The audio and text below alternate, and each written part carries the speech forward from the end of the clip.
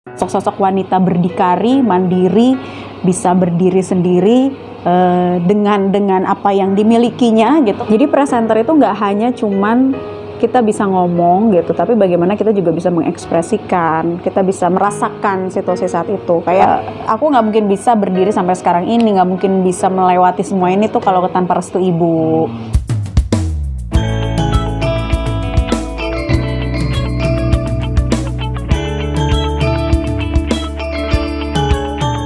Nah, sekarang di segmen Nendang Kondang, Mbak Naila, ada 3 pertanyaan berhubungan dengan kata non kondang. Ya. Pertama, sosok siapa sih yang paling berjasa dalam hidup Mbak Naila ini hingga membuat Mbak Naila ini sekarang menjadi kondang? Of course my mom, ibu. Mendukung untuk berkarir, mensupport segala sesuatunya sampai ada di titik saat ini, dan ibu aku tuh menjadi inspirasiku karena beliau juga walaupun sekarang sudah pensiun, dulu bekerja, berkarir, menjabat di suatu perusahaan gitu. Jadi ya itu memang menginspirasiku, ibuku aja bisa, kenapa aku nggak bisa? Pernah nggak ada momen Mbak Naila ini mengecewakan orang tua? Pernah lah. Waktu dulu zamannya dulu bandel-bandel gitu guys. Dan momen yang membuat Mbak Naila ini menjadi aduh ibu maafkan aku sebagai seorang anak yang pernah membuat itu apa sih? Oke, ya masa-masa remaja tidak dipungkiri lah ya, banyak citra diri yang pengen ini, kepengen itu, apalagi duniaku kan entertain. Ya ada salah satu hal yang kok kayaknya ini ya mungkin susah dibilangin atau apa, tapi suatu momen yang aku harus minta maaf kepada ibu itu adalah aku nggak mungkin bisa berdiri sampai sekarang ini, nggak mungkin bisa melewati semua ini tuh kalau tanpa restu ibu. Jadi aku sadar di situ bahwa lu jangan sampai kita melawan orang tua, karena orang tua adalah kunci kesuksesan, keberhasilan kita. Termasuk dalam memilih jodoh ya. Itu restu orang tua nomor 1, benar? Restu orang tua nomor 1. Nah sekarang termasuk nanti dalam mencari calon pacar ini harus melalui fit and proper test dari orang. Bapak Ibu masih sehat ya? Sehat-sehat, alhamdulillah. Nah, jika ada yang bisa disampaikan ke Bapak Ibu nih, dalam waktu mungkin Ibu sebentar lagi Mbak Naila akan tugas ke luar kota, ke luar negeri, sedangkan Ibu baru seolah-olah Ibu baru membutuhkan Mbak Naila, membutuhkan perhatian Mbak Naila.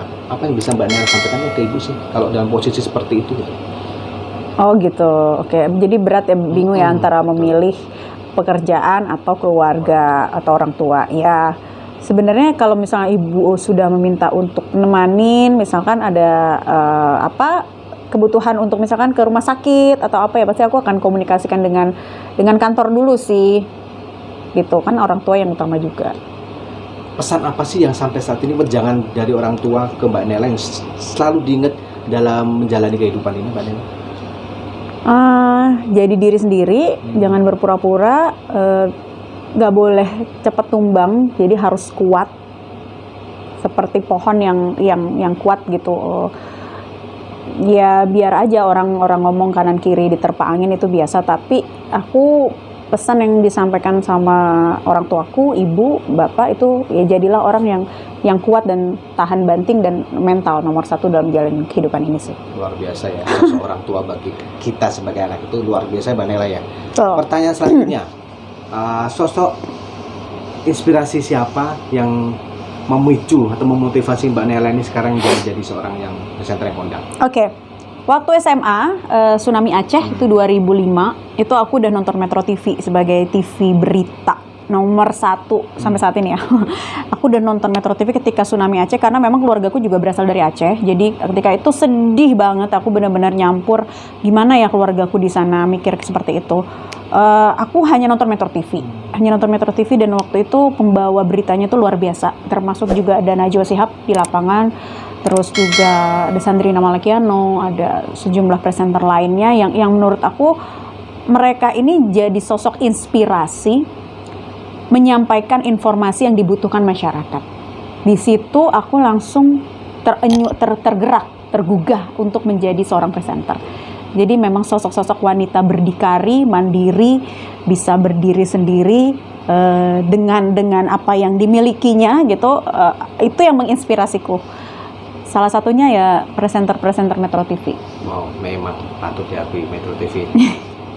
Pertanyaan terakhir. Iya. sosok inspirasi siapa, sosok tokoh kondang siapa, sosok kondang siapa yang hingga saat ini pengen sekali diajak kolaborasi, yang hingga belum kesampaian dan menjadi cita-cita Mbak Naila. Untuk kolaborasi ya, siapa ya? Mas Blankon udah ya kan? Saya nggak tahu. Ya, aduh, kalau untuk presenter olahraga sih udah sih itu senior saya sendiri, Widya Saputra. Siapa ya? Untuk diajak kolaborasi ya? Ada atau dulu mungkin sosok kondang yang ingin diwawancara atau mungkin ingin ketemu yang sampai saat ini belum kesampaian gitu. Jadi dulu tuh aku suka sama satu presenter jejak petualang, namanya Septia Erianti. Aku suka banget sama dia. Pengen kolaborasi tapi di luar, di outdoor gitu. Jadi kayak itu orang gokil banget sih. Mungkin kalau nontonnya Mbak Septia, aku pengen kolaborasi sama dia. Tapi kalau untuk yang lain mungkin harus siap dengan segala situasi kondisi ya. Tapi untuk itu kayaknya memang keinginan aku sejak lama untuk kolaborasi sama si presenter jejak petualang. Jadi gokil-gokilan, seru-seruan itu sebenarnya lebih menjadi jiwa aku. Mbak Naila ini idolanya itu siapa sih Mbak? Kalangan artis, kalangan pesohor tuh ada nggak sih? Nggak ada. Wow, masa sih Mbak? Nggak ada. Ya itu yang aku mengidolakan sosok presenter Metro TV ketika aku masih SMA dan ketika Tsunami Aceh itu ada. Nah, tuh Bro Konco. Itu. Jadi beliau ini memang nggak memiliki idola yang sangat besar, tapi dalam profesinya sebagai seorang presenter ingin juga mencapai titik seperti itu, mempunyai acara sendiri seperti tokoh-tokoh yang disebutkan tadi itu Mbak Naila. Terakhir Mbak Naila, yang Mbak Naila sampaikan kepada masyarakat luas tentang profesi seorang presenter. Ya. Kan image-nya itu presenter itu banyak lah, ada image yang positif, ada juga yang masih negatif. Bahkan ketika disebutkan di beberapa media itu kan ada klaster-klaster yang menyebutkan beberapa presenter A, B, C masyarakat. Oke, kalau untuk presenter ini kan banyak ya, ada presenter infotainment, talk show, presenter olahraga, presenter berita. Kalau untuk menjadi presenter berita, yang pertama dimiliki adalah harus memiliki jiwa jurnalis dulu, itu nomor satu. Ketika itu ya kalian harus benar-benar membaca gitu ya, benar-benar harus tahu segala update informasi. Jadi presenter itu nggak hanya cuman kita bisa ngomong gitu, tapi bagaimana kita juga bisa mengekspresikan, kita bisa merasakan situasi saat itu. Jadi presenter itu nggak hanya cuman kita bisa ngomong gitu, tapi bagaimana kita juga bisa mengekspresikan, kita bisa merasakan situasi saat itu. Ada situasi yang sedih, masa kita bacanya atau kita gimmicknya tidak ikut sedih atau seperti itu. Jadi memang empatinya itu juga harus tinggi. Jadi kalau untuk menjadi seorang presenter, memang untuk mencapai posisi yang dikatakan sudah cukup aman, itu harus melalui step by step, bertahap. Jadi nggak bisa kalian kayak baru masuk terus langsung jadi langsung bisa jadi presenter yang sangat profesional gitu. Langsung bisa jadi sosok yang diidolakan banyak orang, enggak juga, tapi memang bertahap. Jadi kalau memang ternyata kalian harus melalui situasi di lapangan dulu, ya nggak apa-apa, karena itu prosesnya. Dan aku bisa mencapai posisiku seperti saat ini juga karena terus berproses, karena jam terbang, banyak latihan, jangan malu untuk bertanya, proaktif sendiri untuk mengkomunikasikan tentang bahan-bahan yang tentang bahan-bahan yang akan disampaikan nantinya gitu. Termasuk kayak saya nih sama Mas Blankon, kan kita satu program Metropolitan. Jadi presenter itu bukan hanya berdiri sendiri, mereka itu di belakangnya banyak yang membantu. Ya, yang penting ketika sudah menjadi seorang presenter tetap humble ya, itu juga penting. Jangan pernah merasa super bisa, jangan pernah merasa arogan, jangan pernah merasa dirinya tuh diva atau segalanya, karena ya balik lagi kita hanyalah sebagai sosok yang menyampaikan informasi kepada masyarakat. Wah, pesannya dalam banget tuh Bro Konco. Nah Bro Konco, itu tadi ngobrol kita 3 segmen Sinau Bareng, segmen Guyon Waton, segmen juga Neneng Gondang bersama Naila Husna. Mbak Naila ini sebenarnya pengen dicitrakan dari netizen, dari penonton penggemar tuh Naila Husna apa sih? Seperti Naila Husna seperti apa sih gitu loh.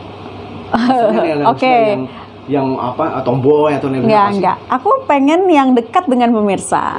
Jadi sebisa mungkin di layar aku nggak pengen nggak ada jarak gitu dengan para penonton. Jadi sebisa mungkin ya kalau beritanya memang beritanya sedih, aku harus juga bisa merasakan itu. Kalau memang beritanya tidak mengenakan seperti kayak kekerasan seksual yang sekarang sering terjadi atau pelecehan seksual, ya aku membawakannya dengan penuh emosi karena sebagai seorang perempuan. Jadi bagaimanapun mohon doanya ya, mohon dukungannya supaya aku tetap bisa menjadi diriku yang memang bisa diterima oleh kalian semua. Jadi aku pengen deket sama kalian, tidak ada batasan layar sebetulnya. Itu yang aku pengen. Termasuk cowok-cowok yang mau deket bisa. Ting ting.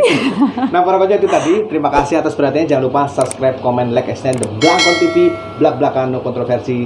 Terima kasih Mbak Nela. Assalamualaikum warahmatullahi wabarakatuh. Waalaikumsalam warahmatullahi wabarakatuh. Blak-blakan no kontroversi.